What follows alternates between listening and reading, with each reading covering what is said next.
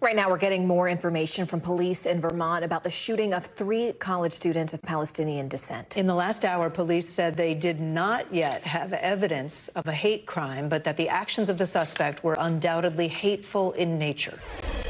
The Saturday evening shooting of 3 young Palestinian college students visiting Burlington on their holiday break was one of the most shocking and disturbing events in this city's history. This horrific, unprovoked attack was a tragic violation of the values and character of this welcoming, inclusive community.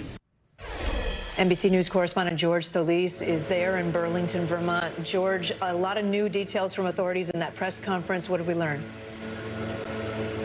Yeah, Kate, that news conference lasting about 45 minutes, and we really got a sense of sort of the investigation and how things transpired post that shooting on Saturday night, where they say this individual walked up to these college students, opened fire, seemingly saying nothing to them, and then just simply walked away. We know that the ATF agents in the area were canvassing an apartment not far from the shooting. They were knocking on the door. That's when they confronted the suspect, a man identified as Jason Eaton, who basically came up and said, "I need a lawyer. I've been waiting for you," told him that he had a weapon, and then basically clammed up and stopped talking to the agents. They took him down to the police station. They applied for a search warrant, and when they went into the apartment, they recovered a .380, a shotgun, and a rifle, and various other items that they are now looking into as far as some of the digital footprint to see whether or not they will be able to eventually make this a hate crime investigation. As you mentioned, officials there being very clear that although there is no hate crime investigation at the moment, this certainly was a hateful act. Speaking there were some of the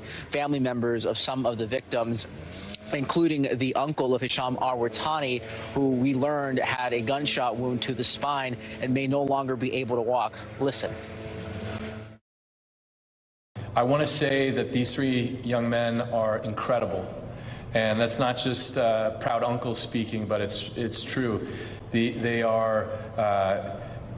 have their lives in front of them. They are committed to building incredible lives. And I'm blown away by their resilience, by their good humor in the face of these difficult times.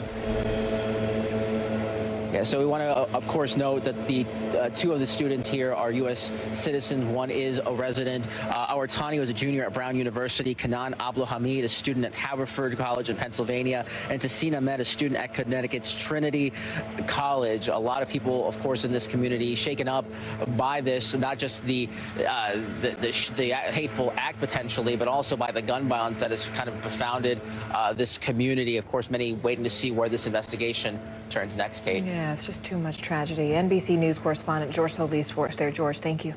Thanks for watching. Stay updated about breaking news and top stories on the NBC News app or follow us on social media.